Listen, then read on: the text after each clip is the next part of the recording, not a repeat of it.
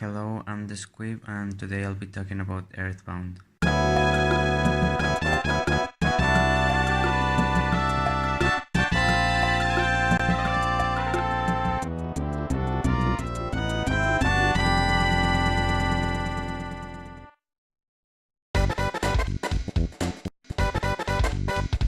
Earthbound is a fun turn-based RPG released in 1995 on the Super Nintendo Entertainment System. Originally released at around $70 as the original box set came with a player's guide, it used to be quite expensive to legally play Earthbound, as getting a used copy could easily cost you more than $100. It has since been released on the Wii U Virtual Console for $10 and being included in the SNES Minis collection of games, making it a more accessible title. Earthbound is the second game in the Mother series, and up until recently was the only game in the series localized outside of Japan, as the first Mother game got recently released in 2015 as Earthbound Beginnings, thanks to the success of Earthbound's re-release on the Virtual Console. While the other game in the series, Mother 3, is still currently unreleased outside of Japan.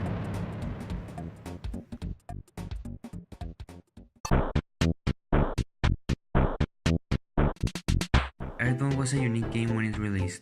At a time where a lot of RPGs were focused on fantasy settings, Earthbound decided to have a more contemporary setting, using baseball bats and frying pans instead of swords and wands on an American setting in the 1990s. While this might seem boring at first, Earthbound makes it interesting through its writing and addition of sci-fi elements such as aliens and psychic abilities, or PSI.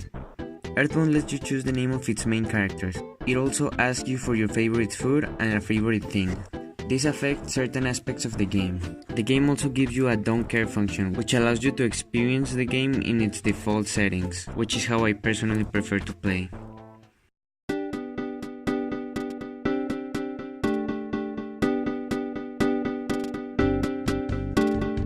The story starts in 1990X, on a small town in Eagleland, a parody of the United States, where a young boy is awakened by a meteor crashing on a mountain beside his house. This is the protagonist of the story, who represents you. His neighbor Pokey asks him to look for his brother at the top of the mountain, and you have no other choice but to agree.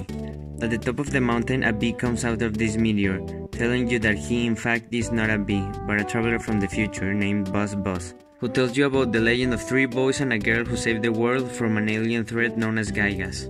He tells you that you, Ness, are one of those boys, and must find the other 2 boys and the girl in order to save the world. After defeating a time traveler who came from the future in order to eliminate you, Buzz is killed by Pokey's mom.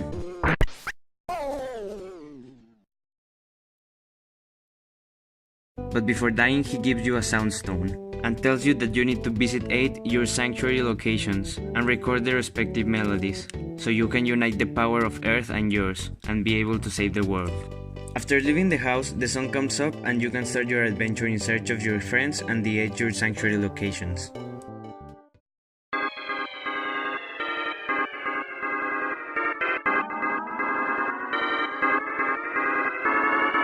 Along the way, you must battle against enemies who are under the influence of Gygas. You end up battling anything such as dogs, mice, ants, mushrooms, zombies, cultists, hippies, fire hydrants, clocks, robots, UFOs, krakens, hieroglyphs, clouds, and more. Gameplay-wise, Earthbound plays a lot like a traditional turn-based RPG. You gain experience after battles, and after leveling up, you gain different stats. Where Earthbound differs from traditional RPGs is in its different status effects, stats, and its slot machine mechanic. While you can be poisoned and paralyzed like in any other RPG, you can also catch a cold or even get homesick. A special status effect only Ness gets, where he might sometimes not fight because he missed his mom or thought about home, and can only be cured by either visiting your mom or talking to her on the phone.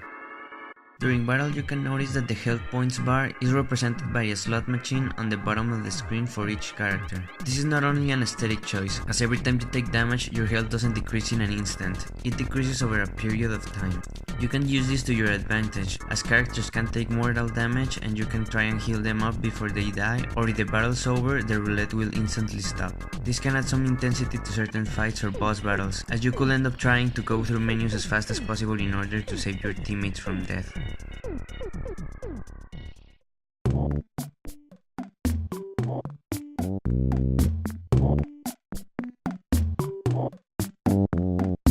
A lot of what makes Earthbound unique is its writing, as it's not taking itself too seriously but can find ways to make you feel connected to the world through its characters. There's a lot of weird little characters you meet along the way who make this adventure feel more compelling. Characters like the Mr. Sirens that speak in their own font and lingo. There's also a photographer who constantly takes pictures of you throughout your adventure, and these are displayed later in the game to show you all the things you've done. You even meet up with a band called the Runaway Five who you constantly save from bankruptcy in order for them to continue playing their music. These and many other characters make the world of Earthbound feel full and alive. It's also quite motivating and relaxing to get to the next Your Sanctuary location, as you get to listen to a new part of the song you're uniting, and listening to the whole thing after collecting each part is very satisfying.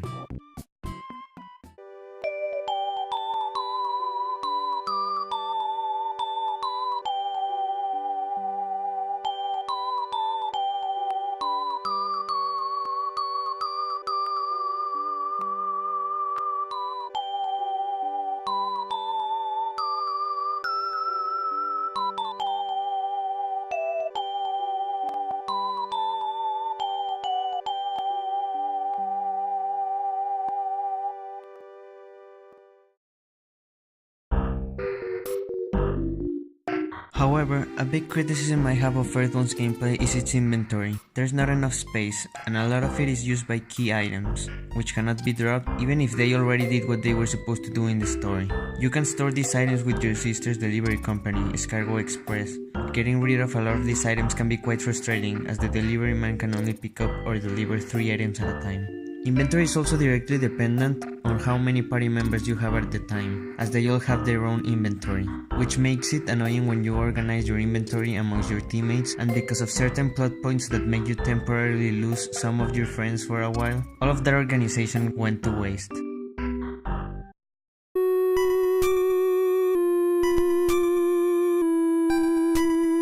One of my favorite things about Earthbound is its soundtrack. The Mother series is well known for its soundtrack, and Earthbound is no different, as it has an amazing soundtrack with lots of diverse genres inside.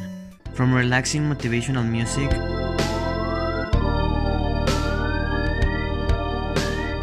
to rock or metal music.